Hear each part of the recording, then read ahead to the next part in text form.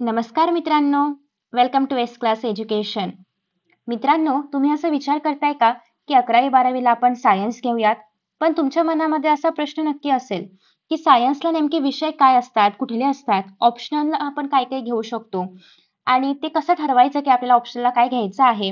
Even सायन्समध्ये असंही असतं, PCB असतं, हे तुम्ही ऐकलं असेल, PCM तुम्ही ऐकलं असेल, तुम्ही PCMB सुद्धा ऐकलं असेल. तर नेमकं हे काय असतं आणि यातलं आपण काय बरं सिलेक्ट करायचं, असे प्रश्न तुम्हाला पडले असतील. सो तुम्ही जेव्हा तुमच्या मोठ्या दादाला, ताईला विचारलं असेल, तर तेव्हा त्यांनी पण तुम्हाला थोडंसं कन्फ्युजनमध्ये टाकलं असेल की नेमकं काय घ्यायचं आहे. सो आज आपण या सगळ्यावरती डिस्कशन करणार आहोत आणि तुमचं कन्फ्युजन दूर करण्याचा प्रयत्न मी करणार आहे. So let us start. सगळ्यात पहिल्यांदा आपण बघणार आहोत की कंपल्सरी विषय कुठले असतात. ठीक आहे, कारण कंपल्सरी आहेत ते तुम्हाला घ्यावेच लागणार आहेत. त्यात काही ऑप्शनच नाहीये तुमच्याकडे. ज्याच्यामध्ये ऑप्शन आहेत ते कुठले कुठले ऑप्शन आहेत हे सगळं पण आज आपण बघणार आहोत आणि त्यानुसारच कॉलेजनुसार ऑप्शन कसं सिलेक्ट करायचा हे सगळं आपण पाहायचं आहे. So let us start. सगळ्यात पहिली गोष्ट म्हणजे 11th-12th सायन्सला इंग्लिश हा विषय खरं तर सगळ्याच ब्रांचला, सायन्सच नाही तर कॉमर्स आणि आर्ट्स सगळ्याच ब्रांचला हा विषय कंपल्सरी असतो. तर आपल्याकडे दोन कॅटेगरी पडतात, एक तर कंपल्सरी विषय कुठले आहेत आणि एक तर ऑप्शनल कुठले आहेत. ऑप्शनल बद्दल आपण थोड्या वेळानंतर डिस्कशन करणार आहोत. आधी आपण कंपल्सरी बद्दल बघूया. आता हे जे कंपल्सरी सब्जेक्ट्स आहेत, इंग्लिश याच्यामध्ये कंपल्सरी आहे. तुम्ही जर सायन्स घेताय तर तुम्हाला फिजिक्स आणि त्यासोबतच केमिस्ट्री हे विषय बाय डिफॉल्ट मिळतात. तुम्हाला हवे असले नसले तरी पण तुम्हाला यांना शिकावं लागतं. मग नेमकं ऑप्शन कशामध्ये आहे, तर ऑप्शन असणार आहे तुमच्याकडे मॅथ्समध्ये आणि बायोलॉजीमध्ये. आता या ठिकाणी तुम्हाला फिजिक्स, केमिस्ट्री, इंग्लिश तर कंपल्सरी आहे, पण याच्यामध्ये मॅथ्स घ्यायचा की बायोलॉजी घ्यायचा की तुम्हाला दोन्ही पण हवं आहे, हे तुमच्यावरती असतं. आता जर तुम्ही फिजिक्स केमिस्ट्री सोबत मॅथ्स घेतलात तर तुम्ही PCB या गटामध्ये येता. बी स्टँड्स फॉर बायोलॉजी. जर तुम्ही मॅथ्स घेतलात तर तुमच्याकडे PCM आहे आणि जर तुम्हाला मॅथ्स आणि बायोलॉजी दोन्ही पण घ्यायचं आहे तर तुमच्याकडे PCMB हे 4 विषय झाले. आता मी असं कन्सिडर करते की तुम्ही सगळे जे आहात तर ते महाराष्ट्र बोर्ड मधले आहात, म्हणजे तुम्ही HSC 12th HSC मधून करणार आहात. ठीक आहे, महाराष्ट्र बोर्ड मधून करणार आहात. तर ॲज पर महाराष्ट्र बोर्ड तुमच्याकडे 6 विषय असतात. त्यामधला इंग्लिश कंपल्सरी असतो, त्याला आपण बाहेरच काढूया. इंग्लिश, फिजिक्स आणि केमिस्ट्री हे 3 विषय कंपल्सरी असतात. तिघांना आपण बाहेर काढूया. उरले किती? 3 विषय. आता या 3 विषयामधलं ज्यांनी बायोलॉजी घेतलं आहे तर त्यांना 2 विषय जे आहेत तर ते एक्स्ट्रा किंवा ऑप्शनल घ्यावे लागतात. ज्यांनी मॅथ्स घेतला आहे त्यांना पण 2 विषय जे आहेत तर ते एक्स्ट्रा घ्यावे लागतात. आता ज्यांनी PCMB घेतला आहे त्यांना फक्त एकच विषय एक्स्ट्रा घ्यावा लागतो, कारण ऑलरेडी हे 4 प्लस इंग्लिश असं त्यांचे 5 विषय झालेले असतात. सो त्यांना 6 करायला फक्त एकच ऑप्शनल घ्यावे लागतात. हे जे एक्स्ट्रा लिहिलं याचा अर्थ ऑप्शनल विषय तुम्हाला चूज करावे लागतात. ठीक आहे. सो आता जर तुम्ही मॅथ्स आणि बायोलॉजी दोन्ही पण घेतलं असेल तर तुम्हाला कुठलाही एकच ऑप्शनल घ्यायचा आहे. मी अजून हे जरा डिटेलमध्ये लिहिते की जर तुम्ही PCB घेतला आहे तर तुम्हाला अजून 2 विषय जे आहेत तर ते ऑप्शनल घ्यायचे आहेत. PCM घेतला असेल तरी पण 2 विषय जे आहेत तर ते ऑप्शनल घ्यायचे आहेत. PCMB घेतला असेल तर तुम्हाला एकच विषय ऑप्शनला घ्यायचा आहे. ठीक आहे, कारण इंग्लिश सगळ्यांमध्ये कंपल्सरी आहे, याला काही ऑप्शन नाहीये दुसरा. आता काही कॉलेजेसमध्ये जर तुम्ही मॅथ्स ड्रॉप करणार असाल, म्हणजेच जर तुम्ही PCB घेणार असाल आणि तुम्हाला मॅथ्स नको असेल तर मॅथ्सच्या ऐवजी तुम्ही कुठले विषय घेऊ शकता, तर बेसिकली काही कॉलेज तुम्हाला ऑप्शन देते की तुम्ही जिओग्राफी घेऊ शकता. आता जिओग्राफी जो आहे तो इंग्लिशमध्ये असणार की मराठीमध्ये असणार ते डिपेंड करते की तुमच्या कॉलेजवरती किंवा तुम्हाला जे काही फॉर्म भरायचं आहे 12th त्यामध्ये तुम्हाला हे स्पेसिफाय करावं लागेल की तुम्हाला पेपर मराठीतून लिहायचे की इंग्लिशमधून लिहायचे. कारण फिजिक्स, केमिस्ट्री, बायोलॉजी, मॅथ्स हे 4ही विषय इंग्लिशमध्येच असतात, त्याला कुठलाही ऑप्शन नसतो. पण जिओग्राफीला सगळे कॉलेजेस नाही, काही कॉलेजेस तुम्हाला ऑप्शन देतात की तुम्ही मराठीमध्ये हा पेपर अटेम्प्ट करू शकता. दुसरा विषय आहे तो म्हणजे इकॉनॉमिक्स. इकॉनॉमिक्स अर्थशास्त्र हा मेजॉरिटी ऑफ द टाइम्स तुम्हाला इंग्लिशमध्येच बघायला मिळेल. तिसरा विषय आहे ते म्हणजे सायकोलॉजी. हा पण तुम्हाला मोस्टली इंग्लिशमध्येच बघायला मिळेल. चौथा विषय याला ऑप्शनला तुम्ही घेऊ शकता तो म्हणजे आहे IT. ठीक आहे, इन्फॉर्मेशन टेक्नॉलॉजी तुम्ही याच्यामध्ये घेऊ शकता. पाचवा विषय जो तुम्हाला याच्यामध्ये ऑप्शनला घेता येतो, अर्थात त्याला मॅथ्सला सोडून आहे असं काही नाही, पण जो तुम्ही अजून एक एक्स्ट्रा सब्जेक्ट घेऊ शकता आता याच्यामध्ये काही ठिकाणी तुम्हाला फिलॉसॉफी पाहायला मिळेल. हे खूप कमी कॉलेजेसमध्ये असतं ऍक्च्युली फिलॉसॉफी वगैरे हे सगळे सब्जेक्ट्स. खूप कमी कॉलेजेस हे तुम्हाला ऑप्शन देतं. But if your college is providing तर तुम्ही फिलॉसॉफीकडे पण फिलॉसॉफी हे स्पेलिंग चेक करा यार. आय गेस बरोबर लिहिलंय मी. तुम्ही फिलॉसॉफीकडे पण जाऊ शकता. पण हे अगेन खूप रेअर आहे. सगळेच कॉलेज प्रोव्हाइड नाही करत. काही कॉलेज अॅनिमल हजबंडरी सारखे विषय पण देतात. होम होम सायन्स म्हणून पण एक विषय असतो. हे ऍक्च्युली महाराष्ट्र बोर्डमध्ये खूप कमी तुम्हाला बघायला मिळेल. खूपच कमी कॉलेजेस किंवा काही स्पेसिफिक कॉलेजेस तुम्हाला हे प्रोव्हाइड करतील. तर तुम्ही त्यानुसार जर तुम्हाला पर्टिक्युलरली हाच विषय हवा असेल तर तुम्हाला ते कॉलेज निवडावं लागेल. बाकी असं काही जास्त इश्यू नाहीये. तर geography, economics, psychology, IT, philosophy, home sciences हे झाले मॅथ्सला ऑप्शनल. काही लँग्वेजेस पण असतात. आता काय-काय कॉलेजमध्ये कसं आहे, की लँग्वेज कंपल्सरी तुम्हाला घ्यावंच लागतं. म्हणजे या ठिकाणी तुम्ही जे 2 ऑप्शनल निवडणार आहात पी-सी-बीमध्ये त्यातला एक कंपल्सरी लँग्वेज असतो काही कॉलेजेसमध्ये. काही कॉलेजमध्ये असं काही नाहीये. तुम्ही लँग्वेज घेतलं तरी पण चालेल, नाही घेतलं तरी पण चालेल. तुम्ही जिओग्राफी, इकॉनॉमिक्स पण घेऊ शकता किंवा तुम्ही लँग्वेजमधला एखादा आणि जिओग्राफी घेऊ शकता. आता हे टोटली तुमच्या कॉलेजवरती डिपेंड आहे, की ते तुम्हाला काय अलाऊ करतात. कारण कसं आहे, की त्यांच्याकडे टीचर्स पण असले पाहिजेत, त्याचे लॅब्स असतील तर लॅब्स पण असले पाहिजेत. तुम्ही जर आयटी घेतलं तर त्या कॉलेजमध्ये कम्प्युटर लॅब पण असली पाहिजे. ते शिकवणारे टीचर्स असले पाहिजेत. सो बेसिकली या काही गोष्टीवर मॅटर करतात. आता लँग्वेजेसमध्ये काय काय येतं? मराठी आहे अर्थात. ठीक आहे, लँग्वेजेसमध्ये आपल्याकडे मराठी आहे. त्यानंतर इंग्लिश तर तशी कंपल्सरी आहे, तर ती आपण ऑप्शनमध्ये नाही घेणार आहोत. हिंदी आहे. अगेन दुसरी गोष्ट, तुम्हाला जर यापैकी कुठलाही विषय नको असेल, तर तुम्ही मराठी आणि हिंदी दोन्ही लँग्वेजेस पण घेऊ शकता. ठीक आहे? कारण कसं आहे, की तुम्हाला काही पण करून 6 विषय घ्यायचे आहेत आणि तुमच्या कॉलेजेसमध्ये हे सगळे विषय असून तुम्हाला यातलं कुठलंही नवीन शिकायचं नसेल, तुम्हाला जे 10th पर्यंत तुम्ही लँग्वेजेस शिकलेले आहात तेच पुढे कंटिन्यू करायचं असेल, तर तुमच्याकडे हा पण ऑप्शन आहे, की तुम्ही 2 लँग्वेजेस पण घेऊ शकता. काही कॉलेजेस जर्मन प्रोव्हाईड करतात, फ्रेंच प्रोव्हाईड करतात. अजून आय गेस काय काय आहे, जॅपनीज वगैरे पण कॉलेजेस प्रोव्हाइड करतात. संस्कृत प्रोव्हाइड करतात. सो बेसिकली जी कुठली लँग्वेज तुमच्या कॉलेजमध्ये अवेलेबल असेल. आता अर्थात संस्कृत सगळेच कॉलेज नाही अवेलेबल करून देत, कारण टीचर्स तेवढे असले पाहिजेत त्यासाठी. त्याच्यामुळे पण मराठी, हिंदी मात्र सगळ्याच कॉलेजेसमध्ये तुम्हाला बघायला मिळतं. त्याचा काही इश्यू नाहीये. ठीक आहे. अजून एक विषय आहे तो म्हणजे जिओलॉजी. हा खरं तर सायन्सच्या बॅकग्राऊंडमध्ये कमी घेतलेला जातो विषय, बट काही कॉलेजेस प्रोव्हाइड करतात. सो इफ यू वॉन्ट तर तुम्ही हे पण चेकआउट करू शकता. ठीक आहे. तर अशा पद्धतीने आपण लँग्वेजेस पाहिलेले आहेत. लँग्वेजेसमध्ये अजून पण काही ऑप्शन असू शकतात जर तुमच्या कॉलेजमध्ये असेल स्पॅनिश वगैरे तर. But it depends college to college हे चेंज होत राहतं. ठीक आहे. सो जेव्हा तुम्ही 11th साठी कॉलेज फिल करणार असाल, तेव्हा सगळ्यात महत्त्वाची गोष्ट तुम्हाला एखादा विषय हवा आहे आणि तो जर त्या कॉलेजमध्ये नसेल, तर प्लीज ते आधीच चेकआउट करा आणि मगच ते कॉलेज तुम्हाला फॉर्ममध्ये भरायचे आहे. कधी-कधी असं होतं की मुलांना लँग्वेजेस नको असतात, पण तरीही त्या कॉलेजमध्ये लँग्वेज कंपल्सरी असते. तुम्हाला ती लँग्वेज घ्यावीच लागणार कुठली जी कुठली कंपल्सरी असेल ती किंवा तुम्हाला ऑप्शन दिला जातो यातली कुठली पण एक घ्या पण लँग्वेज घ्या असा ऑप्शन तुमच्याकडे असतो. दुसरी गोष्ट अशी आहे की लँग्वेजमध्ये स्कोर करणं जर तुम्हाला डिफिकल्ट वाटत असेल तर प्लीज लँग्वेज सिलेक्ट नका करू कारण 12चे पर्सेंटेज लँग्वेजमुळे खूप पडतात जर तुम्ही नीट निबंधाची वगैरे प्रॅक्टिस नाही केली, रायटिंग स्किलची प्रॅक्टिस नाही केली, ग्रामरची प्रॅक्टिस नाही केली तर पर्सेंटेजवरती अफेक्ट होऊ शकतं. त्याच्यामुळे प्लीज तुम्हाला जर नको असेल लँग्वेजेस तर मग तुम्ही नका कन्सिडर करू ते कॉलेज, दुसरे कॉलेज घ्या ज्या ठिकाणी लँग्वेज कंपल्सरी नसेल.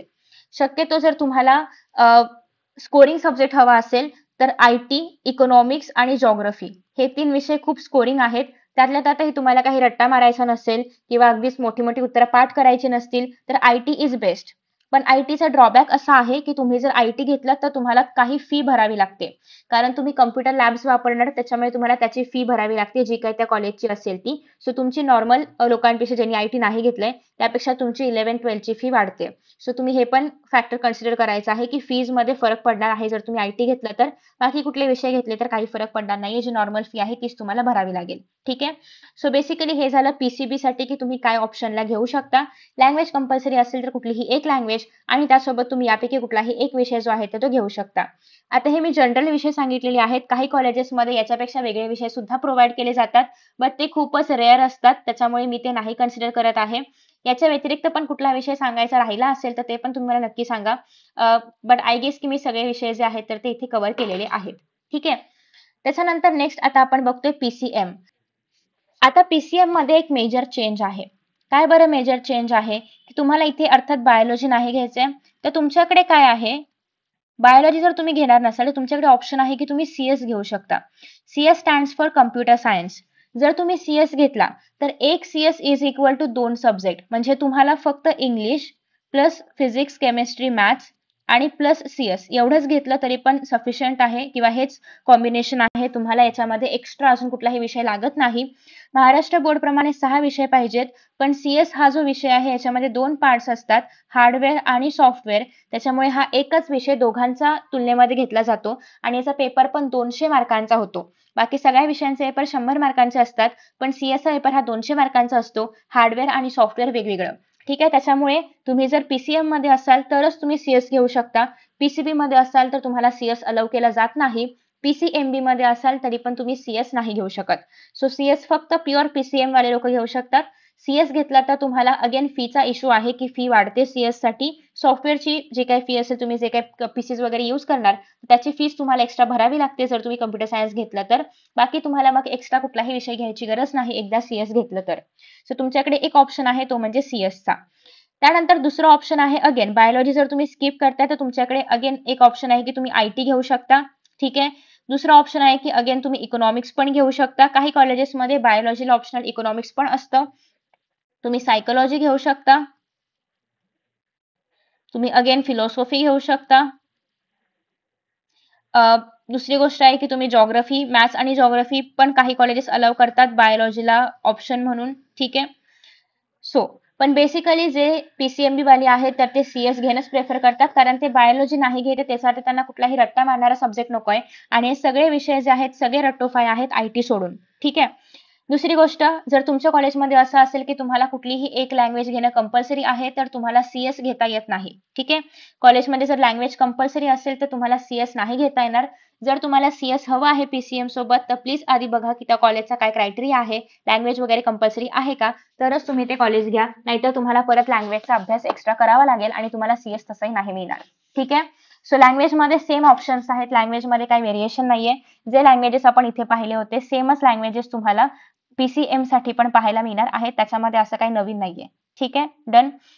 सो नेक्स्ट इज की एक मिनिट काय झालं इथे, बरं ठीक आहे, मी शॉर्टकट मध्ये लँग्वेजेस लिहिते. मराठी आहे, हिंदी आहे, संस्कृत आहे, जर्मन आहे, फ्रेंच आहे. ठीक आहे. स्पॅनिश पण काही प्रेफर करू शकता तुम्ही जर कॉलेज प्रोव्हाइड करणार असेल तर. तर अशा पद्धतीने हे झालं PCM साठी. तर PCM घेतलं, CS घेतलं तर तुम्हाला इतर कुठलाही विषय घ्यायची गरज नाहीये. PCM घेतलं, IT घेतलं तर तुम्हाला एक्स्ट्रा एखादी लँग्वेज घ्यावी लागते किंवा कुठला तरी एखादा एक्स्ट्रा विषय घ्यावा लागतो. दुसरी गोष्ट, जर तुमच्या कॉलेजमध्ये लँग्वेज कंपल्सरी असेल तर तुम्ही CS नाही घेऊ शकत. CS किंवा IT घेतलात तर तुम्हाला एक्स्ट्रा जी काही फी असेल कॉलेजची तर ती पे करावी लागते नॉर्मल स्टुडंट्स पेक्षा. ठीक आहे. डन. इंग्लिश अर्थात सगळ्यांकडे कंपल्सरी असणारच आहे. त्यानंतर आफ्टर दॅट नेक्स्ट आता आपण बघणार आहोत PCMB वाल्यांसाठी काय ऑप्शन्स आहेत. सो PCMB कडे ऑलरेडी 4 विषय हे प्लस इंग्लिश आहे. सो त्यांना आता फक्त एकच ऑप्शनल चूज करायचं आहे. एकच 10 वाटतं इथे. एकच ऑप्शनल आता चूज करायचं आहे. आता या एका ऑप्शन मध्ये काय काय येतं. अगेन जर तुमच्या कॉलेजेसमध्ये लँग्वेजेस कंपल्सरी असेल तर you don't have any choice. जी कुठली लँग्वेज दिली जाईल ती तुम्हाला तो विषय म्हणून घ्यावीच लागणार आहे. लँग्वेजेसमध्ये मराठी, हिंदी, संस्कृत, फ्रेंच, जर्मन तेच जे ऑप्शन्स आहेत, तुमचं कॉलेज जे कुठलं ऑप्शन प्रोव्हाइड करेल ते तुम्हाला घ्यावंच लागतं. काही कॉलेजेसमध्ये फक्त मराठी आणि हिंदी असतं तर तुम्हाला त्याच्यावरूनच जावं लागेल, म्हणजे तेच तुम्हाला घ्यावं लागेल. आफ्टर दॅट नेक्स्ट आहे इतर विषय कुठले आहेत. You have IT, geography, as usual psychology पण खूप कमी ठिकाणी मिळतो. सो बेसिकली तुम्ही जर PCMB घेणार असाल तुमच्याकडे जास्त काही ऑप्शन नाहीयेत. IT, जॉग्राफी, सायकोलॉजी, फिलॉसॉफी, जे काही फिलॉसॉफी युजुअली सायन्समध्ये कोणी घेत नाही, बट ठीक आहे, तरी पण काही कॉलेजेस तुम्हाला प्रोव्हाइड करत असतील तर फिलॉसॉफी पण. ठीक आहे. तर अशा पद्धतीने काही विषय आहेत. बाकी तुम्हाला इकॉनॉमिक्स पण आहे, अर्थात इकॉनॉमिक्स पण आहे, इकॉनॉमिक्स आहे. ठीक आहे. So but if you ask me की जर तुमच्याकडे PCMB असेल तर तुम्ही काय घेतलं पाहिजे, तर कुठल्याही नवीन विषयाकडे न जाता एकतर IT घेऊ शकता किंवा मराठी हिंदीपैकी संस्कृत जर तुमचं ऑलरेडी असेल तर मराठी, हिंदी, संस्कृतपैकी कुठलीही एखादी लँग्वेज. कुठलाही नवीन विषय घेऊ नका जो तुम्हाला माहिती नाही, कारण ऑलरेडी PCMB इज ह्यूज. त्याच्यामध्ये तुम्ही कुठलाही नवीन विषय घेऊ नका जो तुम्हाला माहिती नाहीये किंवा तुम्हाला अभ्यास नाही करायचा आहे, असा कुठलाच विषय घेऊ नका, कारण मग परत त्याचे पर्सेंटेज जे आहेत तर ते कमी होतात. त्यातल्या त्यातही जर तुम्हाला बेटर ऑप्शन हवा असेल तर लँग्वेजेस न घेता, जर कंपल्सरी नसतील तर ऑफकोर्स तुम्ही IT चूज करा. सो माझं सुद्धा पी-सी-एम-बी होतं. सो पी-सी-एम-बी सोबत मी आय-टी चूज केलं होतं. याचं कारण असं आहे, की एकतर याच्यामध्ये खूप असा अभ्यास नसतो. खूप कमी अभ्यास आहे, खूप कमी सिलेबस आहे. इव्हन तुम्हाला अजिबात प्रोग्रामिंग येत नसेल, तरी सुद्धा तुम्ही आय-टी सोबत इझिली कोप अप करू शकता. दुसरी गोष्ट अशी आहे, की याच्यामध्ये most of the Times paper जो आहे, तर तो पूर्ण ऑब्जेक्टिव्ह बेस्ड असतो. तुम्हाला हार्डली काही थिअरी पाठ करावी लागते. बाकी सगळा पेपर हा एम-सी-क्यू पॅटर्नमध्ये असतो. सो तुम्हाला अगेन जास्त अभ्यास करायची गरज नाही पडत. तिसरी गोष्ट अशी आहे, की याच्यामध्ये तुम्हाला भरपूर मार्क मिळतात. कारण मला स्वतःला 100 पैकी 99 मार्क्स मिळाले होते आणि 12thला पण मी 93 स्कोर केला होता. सो तुम्हाला जर हवं असेल माझी स्ट्रॅटेजी किंवा मी हे सगळं कसं मॅनेज केलं, तर नक्की मला खाली कमेंट बॉक्समध्ये सांगा. मी ते सुद्धा अपलोड करेन. दुसरी गोष्ट अशी आहे, की आय-टीमध्ये तुम्हाला ॲक्चुअल आपले जे पी-सी-एम-बीचे पेपर्स झाले, की आय-टीचा पेपर होईपर्यंत तुम्हाला 10 दिवसांचा वेळ मिळतो. सो तुम्ही अख्ख्या वर्षभरामध्ये काही आय-टीचा अभ्यास नाही केला, तरी पण तुम्ही या 10 दिवसामध्ये करू शकता आफ्टर पी-सी-एम-बीची एक्झाम. चौथा मुद्दा असा आहे, की ही एक्झाम तुमच्याच कॉलेजमध्ये होते. सो तुम्ही थोडंफार कसं-कसं करून पेपर लिहू शकता. So no issues. सो हे सगळे बेनिफिट्स असल्यामुळे तुम्ही आय-टी घेऊ शकता. बट ऑफ कोर्स याची फी एक्स्ट्रा होणार आहे. सो ते सगळे विचार करूनच तुम्ही हे विषय चूज करायचे आहेत. ठीक आहे? आता कुणी कुठला विषय घेतला पाहिजे किंवा कुणी पी-सी-बी घेतला पाहिजे, कुणी पी-सी-एम-बी घेतला पाहिजे, कुणी पी-सी-एम घेतलं पाहिजे. तर तुम्ही एकदा पी-सी-बी घेतलं, तर तुम्ही कुठल्याही इंजिनिअरिंग बॅकग्राऊंडच्या ब्रांचेसमध्ये परत ॲडमिशन नाही घेऊ शकत.